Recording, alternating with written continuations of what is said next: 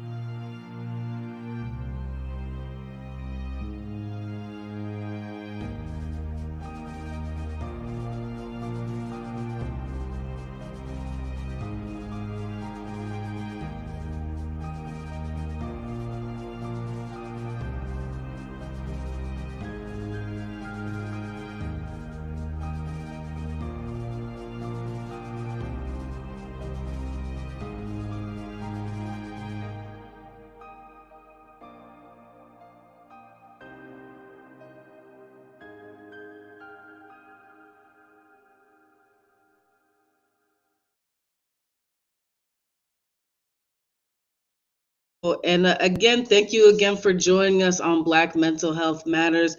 Now, today, as we discuss mental health in the workplace, now I'm joined by two amazing guests we're going to add right now. Now, I'll let our guests introduce themselves. Shu, we'll start with you. Please give us your name and your title and everything else. Sure. I'm Chou Hallegra. I'm the founder of Grace and Hope Consulting, where I write, coach, speak, and train to promote resilience, social emotional learning, as well as belonging and well being for all. Our mission here at Grace and Hope Consulting is to empower people to achieve mental and emotional wellness, reach their full potential, and live fulfilling lives. Everything we do is here is the purpose. If you want at the end goal, we want to help you be well, do well, and work well. You can find out more at graceandhopeconsulting.com. Thank you so much, Shu. Bridget, on to you. Very nice to meet you, and thank you all for joining. My name is Birgit. I'm a registered nurse, a nurse consultant, and as well a public speaker. I am actually an advocate for social justice, anti-racist healthcare and education, mental health for health workers, nurse wage increases, improvements to labor conditions, and the increased employment of internationally educated nurses across Canada. My advocacy and scholarship are focused on promoting a healthcare where Black, Indigenous, and racialized people are represented in leadership positions. So, yes, that's what All I right, do. perfect. Thank you so much. Such a pleasure. Thank you both for being here today. Such a wealth of knowledge that we're about to dig right into. So, first and foremost, mental health in the workplace, that is a big, vague, and just a huge topic. I want to begin what really creates a toxic workplace environment for employees and employers? What are some of those kind of stacked items that create a toxic environment? Shu, we'll start with you. Sure. I think in a toxic environment, people often don't feel safe. So there's that lack of safety, whether it's emotional or physical. Usually, it's easy to recognize the physical barriers to safety, but people don't always acknowledge the emotional one. Sometimes think, oh, it's all in my head. I don't want to say it out loud, right? But if you're walking on eggshells at work, that's a toxic workplace. If you can't speak your mind, that's a toxic workplace. If you're being yelled at, dismissed, put down, ridicule, harassed in any other way, that is a toxic workplace. And often in those toxic workplaces, it creates this environment where people have power over you instead of power with you. Absolutely. That's a great point. Power over you, not power with you. That's a really, really good point to kind of wrap it up in that terms. Bridget, how about you? What do you think from your work personally? I mean, what do you think creates that toxic workplace environment? Thank you for that contribution. There are a lot of factors, and it's in my role as a registered nurse and someone who works across different hospitals. It's easy to see those environments that are often toxic. First of all, there's a high level of stress right now in our world. Excessive workloads in the nursing field, unrealistic expectations, from leadership, long hours, there's so much pressure. And then we can also talk about lack of communication. Poor leadership oftentimes will create a toxic work environment. We're seeing people take on leadership roles that they're not prepared for, and they're having to, mentor and support people in highly stressful environments, and this adds to the toxicity.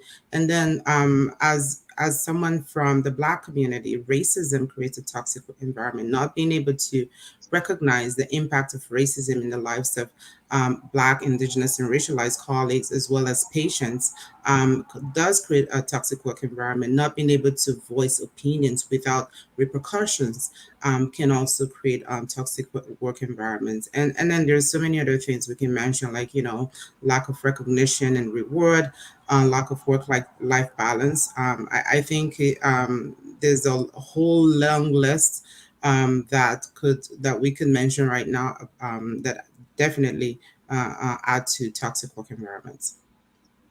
Absolutely. And you all both make the point where it seems like power is such a dynamic in between these things between employer and employee.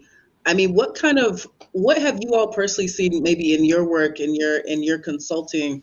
What do you think workers and employees are saying they really need most to create that psychologically, mentally, emotionally safe place in the workplace? She will begin with you. Sure. So what I often see when I work with individual, whether it's the individual themselves, or I'm working with the leaders, I actually support these individuals in the workplace. And sometimes we think that because leaders, or we see them again as this hierarchy, which that's a whole different different topic there that could create the toxic environment. And leaders also need to feel safe. I just want to say that leaders also need the same safety that we're talking about, especially psychological safety.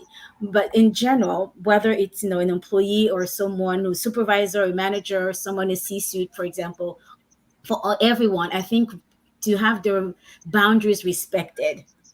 And boundaries not just when they're at work. Some people need to be notified, let's say 2 days in advance at least, for a meeting, and this is an emergency. But we have others who like to do things on the fly.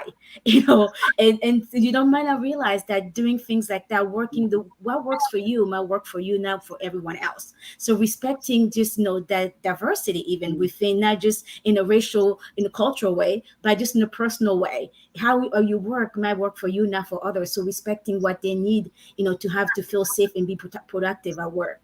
But the need for work and life balance is huge. I can't tell you how many of my clients will complain about getting emails on the weekends, at night, on their day off, when they're scheduled vacation. you know and we often joke about it at the end once the issue is resolved. I'm like, do we need to train everyone on using the use schedule send, like that you can actually schedule your emails to come later on during the work hours, instead of someone getting an email at 2 a.m. in the morning. Especially when we're working from home, the remote work is great, has its benefits, but also people feel violated in so many ways, where just because someone is Mm, working from home doesn't mean they're not allowed to have a lunch break. That it's, if they told you, or then the schedule shows that the lunch break is between 12 and 1, we shouldn't expect that because they're home they have to be in front of the screen 24/7 either. And mm, people also need the opinions to want the opinions to matter. They want to have a voice. They want to feel like they're an insider, not an outsider. And often, mm, I can't tell again how many of these complaints I get when I work with individuals, even leaders, where even leaders themselves feel outsider of the company because the things are happening mm. that will impact them that they don't know nothing about. Mm. And sometimes it might be as simple as a training that's being scheduled that they need to be presenting for this training, but they're the last one to know when and where the training will be held. Something that simple, Yes. right? And just because Yeah. someone works 9 to 5 Monday through Friday doesn't mean that we can just put a training on the schedule because that's what they're supposed to do. Little things like that could make a big difference where people feel not respected, and so creating a culture where people feel seen, feel heard, respected, and valued. At the end of the Mhm. day, that's what matters to all of us. Absolutely. No, she makes such a great point in terms of that kind of this one size does not fit all glove, right? Where it's one Yes. employee or even employer, they're not able to speak those needs because again, we're all made different. We all Mhm. react differently to different things. Bridget, I want to kind of get your opinion on for these, let's say specifically employees, where you may not feel that confidence to go to your employer, how can you create those safe spaces? Because again, everyone has different reactions, everyone has different things are comfortable saying in the workplace. What is kind of your advice on that for the employee that's sitting back in the wings that's like, I don't feel comfortable being able to express these things? Is the question, how can the employee create safe spaces, or the leaders? The employee, like how can you as the employee create those boundaries if maybe you don't feel comfortable creating them? You know what? I always say, and recently I've been learning that, are there really any safe spaces? Mm. And I've been learning to say brave spaces, because in my work in advocacy, oftentimes we touch on topics that are not comfortable for people. And these are hard conversations and courageous conversations that must be had. And people are not always happy to receive such conversations. And creating, I think employees will need to navigate and transform mindsets into saying, you know what, I think there's need for brave spaces, even Mhm. though the space may not be safe, because I really do not think there are safe spaces. I think that there are brave spaces, because no matter how you try to advocate for anything, there are often repercussions, and it could be, from leadership, even within yourself, and feeling guilty for doing certain types of work, not getting feeling supported. So I think employees would need to understand the importance of that, and then raising awareness. Start by raising awareness about the importance of the agenda you have, or the importance of prioritizing mental well-being at workplace. We talk a lot about mental health, but very little actions are often taken. And communicating openly is key. And again, how can you communicate if you're not in a brave space to do so? So open and having open and honest conversations with supervisors, managers. These are human beings too. They have their struggles, and just like Chu said, they also want to feel included. They also have their own struggles.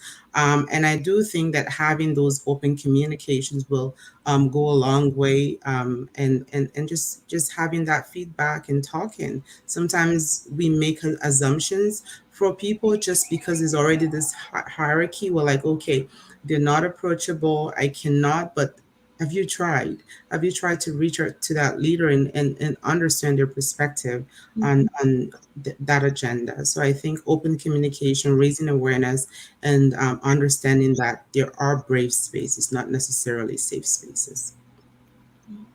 Yeah, I like that a lot. I like that idea, not safe spaces, but brave spaces, because that's just how the reality of our world outside, inside the workplace, you just have to be brave sometimes. Everything can be a trigger, everything can be a hard thing to talk about, but you have to have enough courage and bravery. So I like that a lot. Thank you so much for that.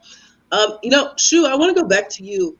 Again, we've all kind of now rung around the topic of this hierarchy in the workplace.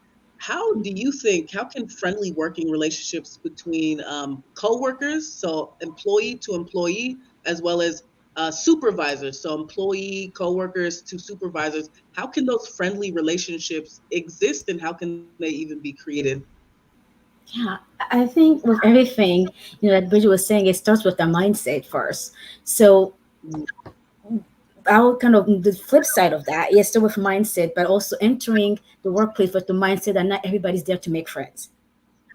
I've had clients who literally will say, when there's even conferences and functions after conferences, they're like, they might go just because if they have to be there. I have worked with people who sometimes even when they like in pictures, for example, unless it's required, they're not going to take no group pictures. I know, at work functions. So Yeah.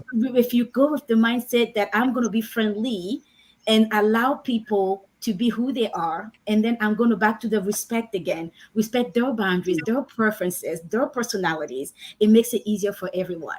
So I think in order to have safe places or brave places for all of us, we have to be cordial, we have to be polite, right? And I might just add a little bit there, go a little deeper, ask for permission, almost for anything, even if it's someone's work, even if they're, this is part of their duties, this doesn't mean that they are able to do it at that, even that moment. So when it comes to creating those Mm. friendly relationship, I think respect is key, respecting people's differences. But then even when you're engaging people, I've had I've had again individuals say, it's Monday morning and then everybody wants to know, all into your business, quote unquote, want to know everything you did on the weekend. Some people don't like sharing that at work. It could be as simple as, asking someone maybe an open-ended question and allowing them to invite you into that conversation. Mm-hmm. Right. So if you ask me how was my weekend, I have the choice to tell you it was good and I stopped there.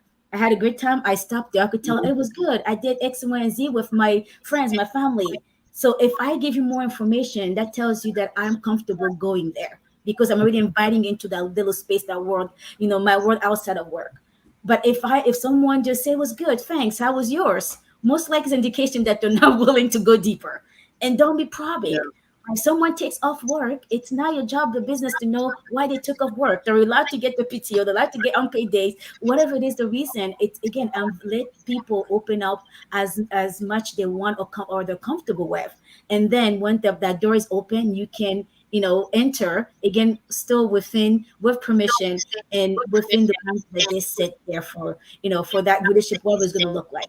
I've also have people who go to the workplace and find those people where they really connect and they build friendships outside of the work. And I actually personally, I have a friend that we've been friends now for I think 12 years, that I met in the workplace, that we worked in a place 12 years ago, and I only worked with him for a year and a half, but we stayed very good friends there to today, right? So you might find those people, but don't go into the workplace with the mindset that everybody has to be your friend. Mm-hmm. Work is not there to meet all our needs. I'll just put it out there.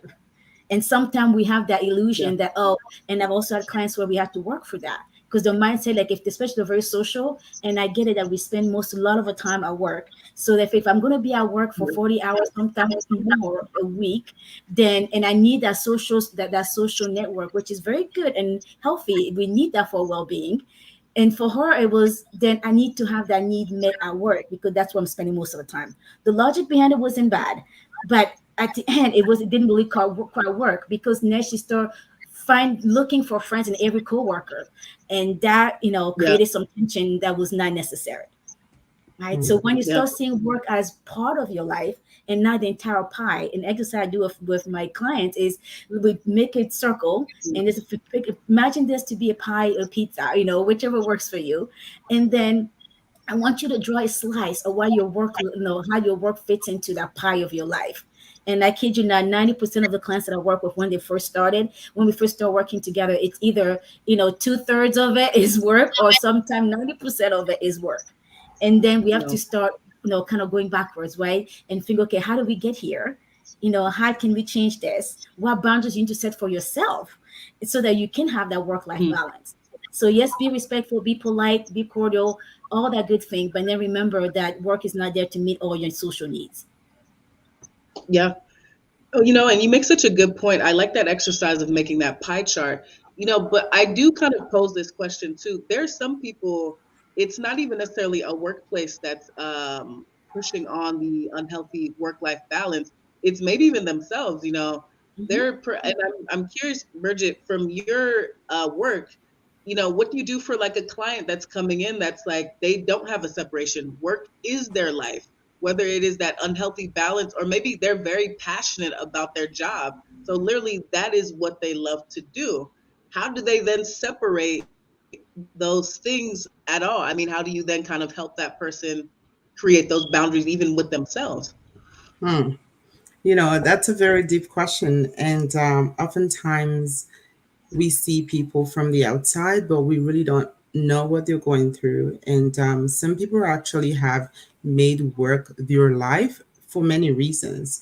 And it just going back to what Shu said, going to that place of building rapport to understand why work has become their life, and trying to come from a place of empathy and active listening, showing genuine interest to understand, and not really to criticize, because it's easy to say that this person works too much, they do nothing else with their lives other than work.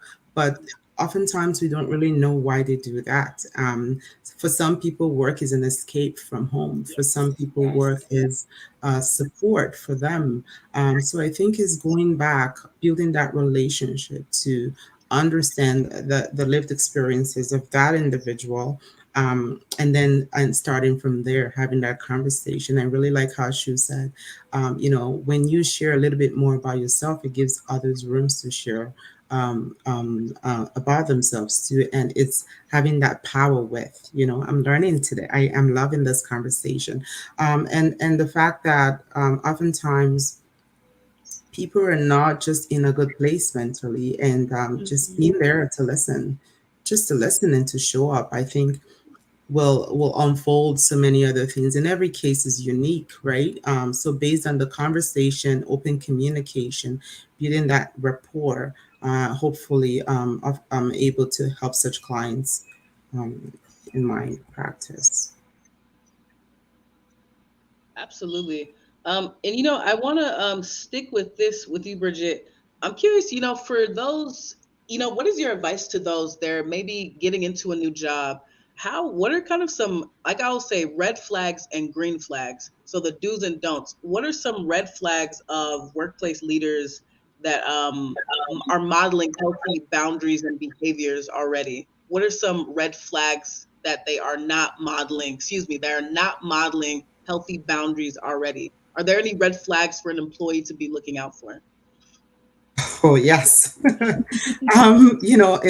In practice, if you're someone that values diversity, you value inclusion, you really want to work at a place where you feel represented, because I cannot tell you how much it does to us when we're not feeling included in these spaces, and how much impacts our work. That is an unhealthy work environment. And that is why I emphasize, representation in leadership, representation where you work. Because, for example, this week I was working, and we had a new hire and myself, we were literally the only color in on the team, and that was what I could see. I'm like, we need to do better.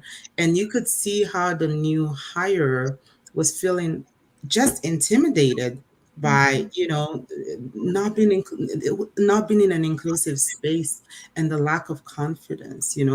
I had to go show up for her later, and just have that conversation. I think those are red flags. And if you're someone, you have resilience, you can work through such environments, kudos to you. But I think that's a red flag. Seek spaces where you feel supported, seek spaces where people are willing to listen to you. And I think another red flag is, a workplace that people have reported several incidences of discrimination or harassment. Those are red flag.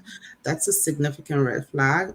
Any form of discrimination based on factors such as gender, race, age, sexual orientation is unacceptable and can create a toxic and hostile work environment.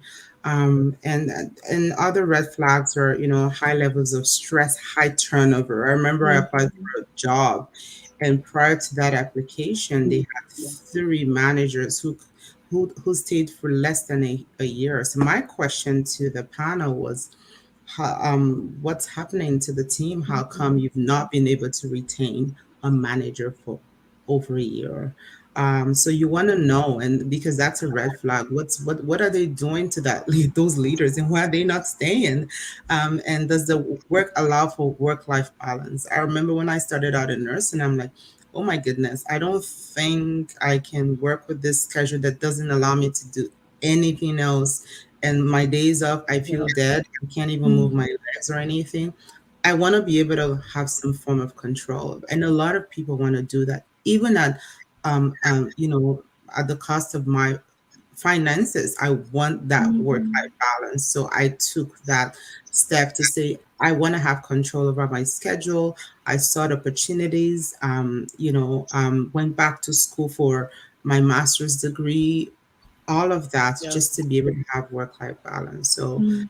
um, I think there are several factors: toxic communication and interpersonal issues, bullying, gossiping. We always say don't do to others what you don't want done to yourself. But then unfortunately, we also indulge in those acts of gossiping our colleagues. And what do you Right. expect? You will be gossiped as well.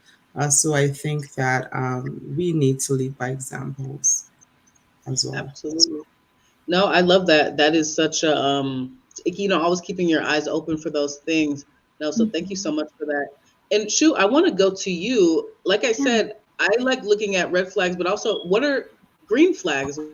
What are some green light goes for people to know that, hey, look, this is a healthy work environment? What are some of those things that you've observed from your practice?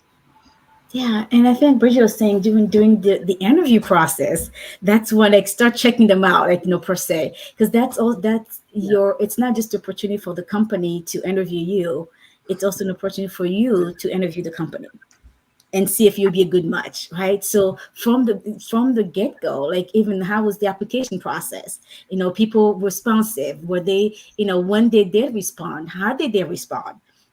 I remember a client once who actually applied for a job and literally, he called me and he's like, "You can't believe what response I got." I'm like, "Oh, what? What was it?" And he's reading it to me out loud. It's like, this kind of email just makes you excited. I don't even work for those people. I haven't even got an interview yet, but now I really want to get to know those folks because the email was so welcoming, so encouraging, and just inviting. And already he felt like he was in, although he didn't even get, the interview was not even scheduled yet. That makes a big difference. So Yeah. from the beginning, start looking for those things. Are people seeing you as an asset, to be cherished instead of someone just to be used? Because if you're really feeling uncomfortable from the beginning process, at the beginning of the process, most likely those things will get worse when you're in. True. Don't go in with the Yeah. mentality like, oh, things could change. If already you're feeling uncomfortable in the beginning, you want to start asking those hard questions during the interview. And it's Yeah. okay to even, I know usually employees are the one that requests a second interview, sometimes a third, depending on what the policy is for that company. It's not a bad thing for you to request an additional meeting after your interview if you still have questions. If you still, Yeah. and it's okay also for you to ask to even come and shadow and tour the building, tour the office, meet, talk to someone else who works in that department, someone else who been in the company longer. Those are things that usually we don't feel like, when we're looking for a job, we don't feel like, oh my goodness, it's not my place. They'll feel like I'm a little asking for too much. No, if you know that you're going to be contributing, they bring something to the table that's meaningful. You want to cherish your own assets. You want to cherish what you bring to the table. And like Bridget was saying, your well-being matters, your work-life balance matters, right? So you want to make sure that you doing your homework during that Yeah. process and being able to look for those things. I even during that time, do I feel heard? Are they in respectful of when I'm saying I can't meet at this time or that time for the interview? When I'm making a request, and maybe it's an additional request, like I want another meeting or I want to come to the office, how are they responding to that? Mm. I'm in my conversation. Are they, are they inviting or even welcoming to the welcoming autonomy and creativity? And that those Yeah. things come across with what I see, what I hear, what's visible, right? And then it's okay when, like I said, interviewing somebody else who works there. Usually I ask for, like, someone's worked there the longest in the department and someone who just started working there, to kind of see the different vibes, right? And like Yeah. Bridget was saying, if the company cannot keep someone for three, more than a year, that's a red flag. So you want to see how long are the people in this role, in this company, in this department, how long have they been working there? What do they say Mm, about their work? What is the even going online and not just looking at the company's website to see again, am I represented? But do I see myself in here? And Mm, the language, yeah. the language that they use, the pictures that they post on the website, right? But also, then I often say, Google the company to find out what other people are saying about the company. Mm, Other partnerships they have, mm, other events that they attended. How's the outside world reporting on this company? And then it mm, gives you a bigger picture, right? I remember working yeah. with a lady who was looking for diversity in the workplace and wanted to be in a place where there, she saw herself and there was minorities were represented. And she said she went on the Facebook page of the company and kept scrolling for 3 months through, like, 3 months, like, Wow. Yeah. to that, and could not Yeah. find a picture where there were diversity. And it was literally after Wow. the 3 months of scrolling, per se, that she found a picture where there was like one, no, one black person in that picture. She's like, okay. and no offense, but this is the blackest business I ever seen, the whitest business I ever seen, you know. And Yeah. that Wow. makes me crunch, and again, especially as as black people, we know that one, we have so many barriers that we have to, we have to, we go through so many hoops that we have to jump in society in general, but even more so in the workplace. So if Mm, I'm already going and be the only person there, yes, like Bridget said, you can have the resilience to go for that, but also just think about it. I'm not going there to do battle, where every single day I have to, prove myself, have to establish my role, or am I already coming in a place where people see diversity as important, and then not just that we're represented, but that we're fully included. Because you can be represented and, like, looks nice on pictures, but who of the people in leadership, right? Or mm, even not, Mm, not just going with race, even just gender. Is everybody represented? That there are females, for example, in the leadership team. And so mm, look for those things: being heard, being seen, being valued, being respected. Where autonomy and creativity is valued, where you feel like from the get go they're giving you freedom and choice. And back to that same idea I started with, that power with. That's what you're aiming for. mm. oh my Absolutely. goodness, I'm No, taking that is notes. so. Awesome. Yeah, just dropping a lot of gems right here. No, that is Yeah. really awesome. Those are such things to look at. You know what? It's funny when you all are talking, it reminds me of, this idea of vetting, looking at kind of background, looking at what people are saying. It's like when marriage or relationship. But, That's what it's like, came to That's mind. what I call it. Yeah, it's a dating process. I'll That's what. date the job before I hire that, before I accept to take the job, right? Mm-hmm. Yeah. exactly. But you know what? I mean, that's true. That's work is a relationship, whether you like it or not. It may not be romantic, but it is a relationship that you're trying to form here. So all these Mm, things kind of they do interlock, but that's a really big thing to really kind of something that I really found such interesting words. Now, obviously, as we've been talking, there's so many things like Shu had said. There's so many barriers that people are already trying to climb out of, and we know a big barrier is a key thing is money. Therefore, a lot of people will stay in unhealthy, maybe environments mhm, in the mhm, Mhm. workplace because, hey, look, I need money. I have a family. I'm by myself, taking care of kids, taking care of parents. Whatever your reason is, people need money in our society to live. mhm. For those, what is you all's advice? And Bridget, we'll start with you. How can a worker that's already in that environment that's toxic, what are some things that they can do? They know they're not going to leave, which is a sad Mm. reality of a lot of people's lives, and a reality that a lot of workers are facing. What can a worker do that's already in a toxic environment? How can they present autonomy for themselves? Wow.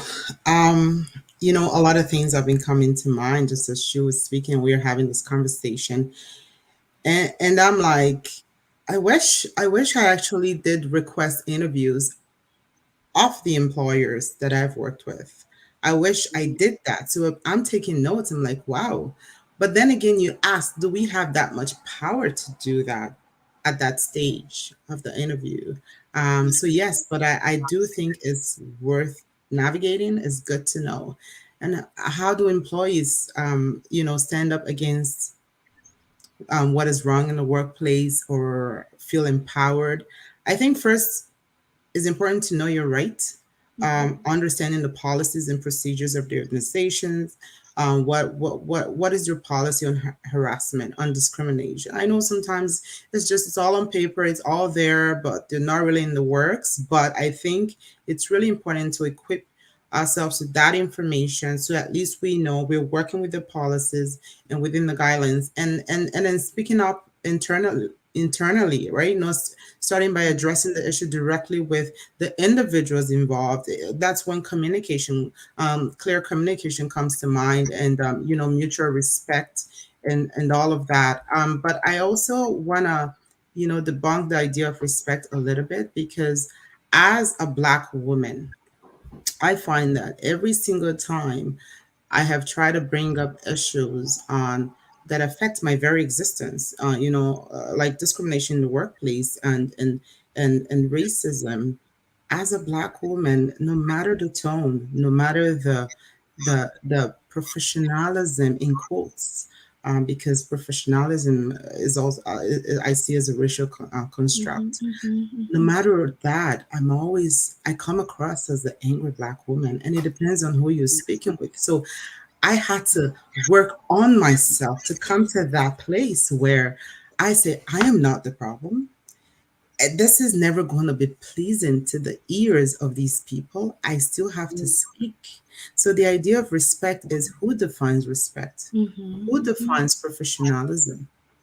Mhm. And how is that being weaponized against Black, Indigenous, and racialized people? Because we know the system is racist, and the system is sexist in many ways. So how is that idea of respect when bringing up challenging issues in the workplace, how is it weaponized against me?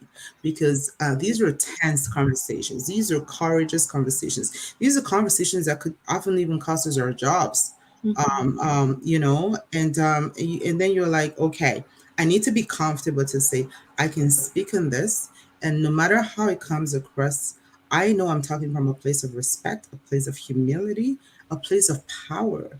And then that power that we have always comes across as disrespect. And then we're seen as angry and labeled and aggressive and all of that. So we have to learn to move beyond that, move beyond the labels, and try to achieve that balance we're aiming for. So I think there's a lot of internal work. There's a lot of us knowing our rights, knowing introspecting on our values, finding the language to use, and making sure we're not being gaslit, and being told we're disrespectful when we stand up. Yeah. Okay. Absolutely. Yeah. Yeah. I Sure. love Would that. you Can like I to add add? just Yeah. so, yeah, I love what you said, Bridget. And I think the idea of respect, even when I use it, it's look going beyond the golden rule, right? Because when you think of the golden rule, it's like doing to others, you like to be done to yourself, right? So it's then if I'm respecting others in my construct of respect, that's still not inclusive. I like the partner role where then it's I do unto others as they want to be done to them. That's right. So Right. it changes. That's so it's respecting their differences, it's respecting Mhm. their priorities, respecting even the way they talk. Like I get excited when I talk, right? It's like, Yeah. I go fast, I go, my hands are moving.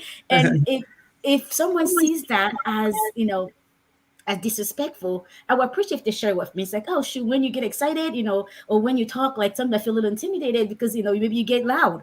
But if we have this conversation, then I can go and say, that's actually just excitement.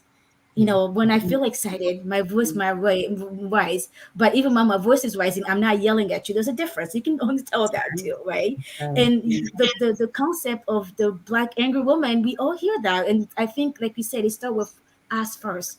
I need to start respecting myself, who I am, what I need, what Mm-hmm. I desire. Then I'm empowered then to request that. If I don't know what I need, it's almost impossible to ask for it. You have to define it in order to request it, and you That's have to right. define it in order to measure it. Because at the end, yes, maybe you had a complaint, whether it's discrimination, harassment, or just advocating for work-life balance for yourself. If you're not clear on what you actually want, it will be hard for you to articulate it to whoever you have to request it from. And even after you've done that, you need to know why you're doing it, Mm-hmm. And back to that pie chart, if I know that my life is more important than just the work, that for me, like my family has to have a bigger part, then my work life balance is not just so that I can be off the clock at 5. It's because I want to be alive and well to and have the energy to invest in my family. So then just when I do that in work, right, and respect my own value, then when I'm advocating for myself, I become again more confident in that. I'm empowered to ask for that because for me now almost like a non-negotiable, right? Because what I'm Yeah. aiming for is more important than the paycheck. And I can go on and on how there's more to work than money. Yes, we need money to pay bills, to raise our families, to take care of things. You can have all the money in the world and be unwell and not be well. I can't tell you how That's many. right. Speaking of stress, I've worked with C-suite leaders who you'll think like they'll have no, people say I don't. People think I have no problems, and money is not the problem for them. It's that stress, right? It's those relationship. It's that. Sorry, my headphones falling here. I hope you can hear me. So it's that stress. It's how that stress is impacting their relationships, their health, right? Things that Yeah. honestly at the end of the day money can't always buy. That's right. So respect yourself first so that you can advocate better and so that you can prioritize your well-being. Thank you so much for Absolutely. I'll that. stop you because I get excited. I can go on and on. Yeah, yeah, yeah. And we could be winning at work in our careers, but are we winning in our relationships? Exactly. Exactly. Yeah. Think about if today something happens to you, and I even had to tell that to my family who and back to changing our own mindsets. In the Black culture is work, work, work until you can't work no more. We don't Mm, realize how we enslave ourselves again because of how we see work. you Yeah. mm, know and so I've had family members who are like, well, how come you're taking off and it's been the beginning of COVID, like you can't, you decide to cyber school your kids, how are you going to take care of 3 kids at home and be able to work and maintain your job and on and on. And I say, well, if I something happens to me today, whichever contract I have, they'll find another contractor, they'll find another Yeah. consultant. My family only has me. that's right. And That's so right. I'd rather eat ramen noodles and be able to get That's hugs and right. time from my kids than to have steak mignon and then be eating about myself. I'm just saying, We're accumulating things, and then there's nobody to share those things with. It's so exactly. You have important. it all, but you're Yeah. doing it alone. That's a Hmm. Yeah. painful and very sad way to live. That's right. Yeah. That's right. Yeah. So And I'll you shut up you all now. make, yeah. Yeah, I do like the steak though. I'm not gonna front with you, Shu. I do like the No, steak. I want my steak, but I want to eat it with I my love my family and do steak. it with people who matter to me. That's fine. That's what I'm saying. But if No, it for comes to the sure. point where I have to choose with having enough money for steak and having That's right. meaningful relationships, I value Yeah. relationship more than material stuff. That's what I was going with. Yeah. But I Yes, want the we steak and I get want you. to No. eat with people that matter to me. Yes, definitely. For Mother's Day, that's actually I went to a steak place because I wanted to eat my steak with my family. Absolutely. There I we love go. my But steak too. yeah. Shu, I think you make such a great point though. What I really loved, gem that I really took away from that, you have to define what those things mean for you. That's Because you right. can't take what someone else is saying, hey, this is what's important to me. You have to truly define what that kind of balance is for you, and only you can advocate for that. And the only way you can advocate for that is if you actually know how to define it. Until you know Hmm. how to really strongly define that verbally, it's going to be hard to advocate for yourself. So I think that's such an amazing point. Mm, that's For right. everything, whole 3 minutes, this has been Kind of. so many good things. As we're wrapping up, I kind of want to kind of go turn this all back around for this 360 kind of viewpoint.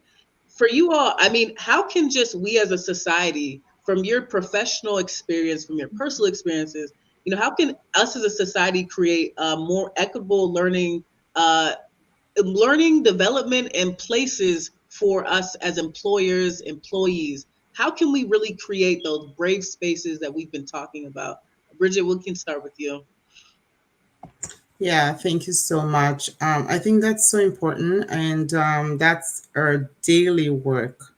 And it starts with addressing systemic barriers, like recognizing that the system is discriminatory against certain groups. And not until we recognize that, I will keep having conflicts, because then when we have people talking about how they've been disadvantaged by the society in certain ways, we can't even understand. We're not willing to listen to their lived experiences. So we must first acknowledge that yes, systemic discrimination does exist, And then from there, we can start to address them, actively working to dismantle discrimination, bias, inequalities, in our society is so important. It doesn't matter where you are. There are grassroots organizations. We all have a voice, no matter what, and our stories can make a difference in addressing systemic inequalities. I remember when I started working for volunteering for the Decent Work and Health Network, I honestly wasn't familiar with a lot of the social issues that were coming, but just being a part of that organization and seeing how much they were so vested, in addressing systemic inequalities, whether it is, a lack of access to healthcare for undocumented migrants. Who thinks about them? Like we're sitting our privilege and being documented and then being able to access healthcare whenever we want. We don't even see those people. We don't hear them. We don't listen to their stories. So I think being a part of this organization keeps us grounded to say, okay, this is privilege. I am very grateful that I can take my health card and walk into a hospital and someone sees me. I can have the most expensive surgery and I don't have to pay a dime. But there are so many people right now that cannot, and then addressing these issues on a systemic level, because oftentimes people don't recognize the systemic barriers. People pick offense on an individual as individuals and say, okay, the fight is against me. No, it is bigger than one person. The fight Yeah. is against a system that is so structured to oppress those that are not in that category. And I recall just going back to what we talked about when you're being interviewed for a job, going through that phase of learning and understanding why they're not able to keep their own workers. I remember going through that phase without asking those. I asked that question, but I wish I did more than that. And I started my orientation, and I started to see every single person in middle management. Not one of them looked like me. There was not one Black person. There was not one Indigenous person. There was not one racialized person. And I felt uncomfortable. And I sent emails and I questioned these things. And some people could say, oh, that's not going to bring about a change. It's been like that for decades. That's all right. But at least I added my 2 cents, and I said, this is what I saw. This is what's making me uncomfortable. And this is one of the reasons I cannot remain in this position, because I do not feel included. So speaking out is so crucial. And then working with grassroots organizations or in your little circle to address systemic barriers. Absolutely. Thank you so much for that, Bridget. Chu, what are your thoughts on that? Yeah, and I love what you share, Bridget. And I think, but that's a good, like, for the macro, standpoint of things. We're looking at the Mhm. bigger picture, right? That it is the systemic things that we need to change and work through and advocate for. And, we have to put our activist, hats on and keep working towards this thing. And then I also want to take a little step back and say there's also things we can do at the micro level, That's right. because those rules that are in place, believe it or not, sometimes we forget that people made those rules, right? Mhm. And those people were influenced a Yeah. certain way. Their experiences influenced them. The belief system influenced them, that led to us having these rules that don't work for all people. Mhm. So if we cannot go back and start changing things at the micro level, meaning, again, change starts with us, right? I think it's Gandhi that says, be the change you want to see in the world. So That's starting with yourself, how can you, in your circle of influence, start making a change, a difference there? Because if I create a safe place for people, brave place for people to learn, guess what? Those around me start learning, and there's a ripple effect. And it could be as simple as, for me as a mom at home, is, do I allow my kids the opportunity to actually, quote unquote, fail at something? I don't mm, even like the term fail, but it's, again, because fail, probably heard this again, first attempt in learning, right? So mhm. am I always rescuing them every time they do something? If I'm like, oh, this can be done better, like, they scrub Mm. something, I'll go scrub it again because I want perfection. And so then allowing them the opportunity to learn as they go, because that's only how they can grow, right? So if I start building that Yeah. even at home, and then giving that to, my partner, giving that to my spouse, giving that to my colleagues, if you're a leader, to your team, it starts there first, I think. because then we're creating change at this level before it goes to this level. That That's makes right. sense, right? That's Parallel right. change, if I'm here and I'm trying to bring people to a level of learning and embrace, even enjoy learning, because most of us, let's be real, in the Black communities, when you fail something, I don't know about you, I remember being, I think, the second grade, getting slapped in my butt because I didn't get something right. All right, and then you go home and you get scolded again because you didn't do it right at school. That does not Yeah. motivate anyone to learn. If every time I have to learn, I have to get it perfect the first time, guess what? That creates perfectionism in all of us. And then we grow up to be adults who cannot get off work because we feel like we're never doing enough. Mm, It's a ripple effect, right? that's Either right. way. So if we can start it in our Yeah. homes. If I can start it in that little church that you go to, maybe in your Sunday school class. If I can give people opportunities to learn there, give people opportunity to lead at their level, right? We're starting to change the mindset, change the culture, so that all of us, when we enter, other spaces, whether it's work, whether it's big organizations, or doing more advocacy, we're bringing that mindset that all of us can learn. And sometimes learning, or often learning, requires us not getting it the first time. That giving people that dignity of risk, taking the risk to fail at something, Yeah. because then I can learn something I can do better the next time. Again, change starts with me. Thank you so Yeah. much for that. I just wanted to add, Absolutely. it's so important that we understand, what we can do as individuals in the Oh micro level, yes. and Hmm. how that can work in synergy on a macro level. Because oftentimes, I remember doing a talk, Yeah. and it was a group of women, Black women leaders, and a lot of them were educators, and they really wanted to see a change. Even the team of the white leaders who were also part of it, they really wanted to see a change. And the one thing that they asked was, okay, how do we learn about diversity? How do we work with diverse people if they don't hire them? Right? Yeah. They're doing their Mhm. little parts. They're working with, children. They're trying their best. They're writing letters.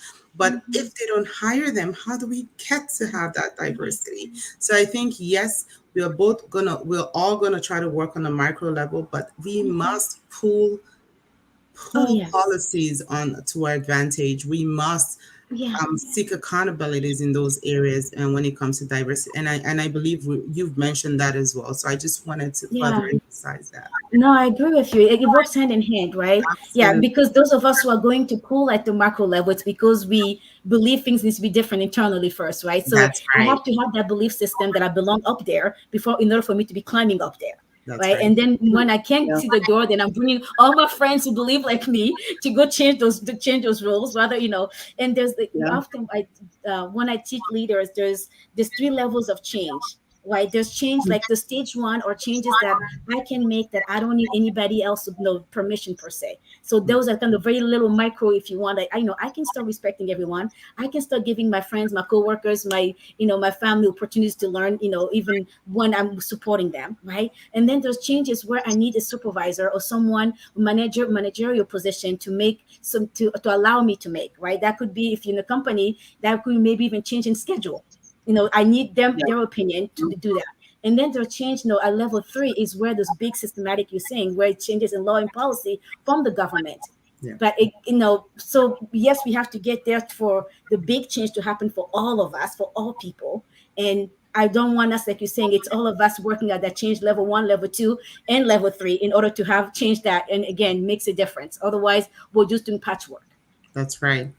I love Yeah. that. Love that. Absolutely.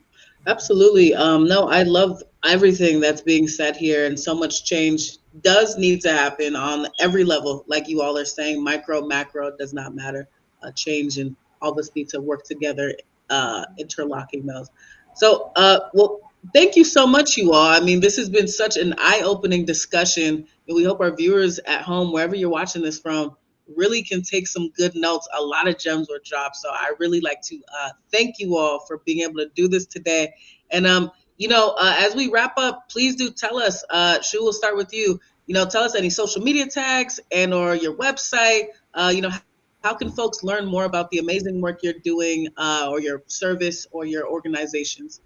Sure. Yeah. So graceandhopeconsulting.com is where you can find us, the website. And on there, you'll see links to all the social media. If you look on LinkedIn, I'm under Chou Hallegra. On Instagram also Chou Hallegra. But on the website, you'll be able to connect like with the Twitter and Facebook, or under the Grace Note Consulting. Like say on the website, you'll be able to learn more about the coaching services that we offer to individuals, the training and consultations we offer to organizations, so that again together we can create that change.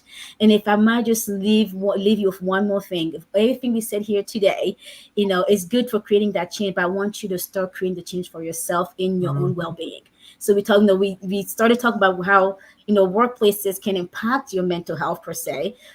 You need to take that active role in taking care of yourself. So if you need that break, find ways to give yourself that break. If you need support, find ways to find that support. And don't think, no, don't.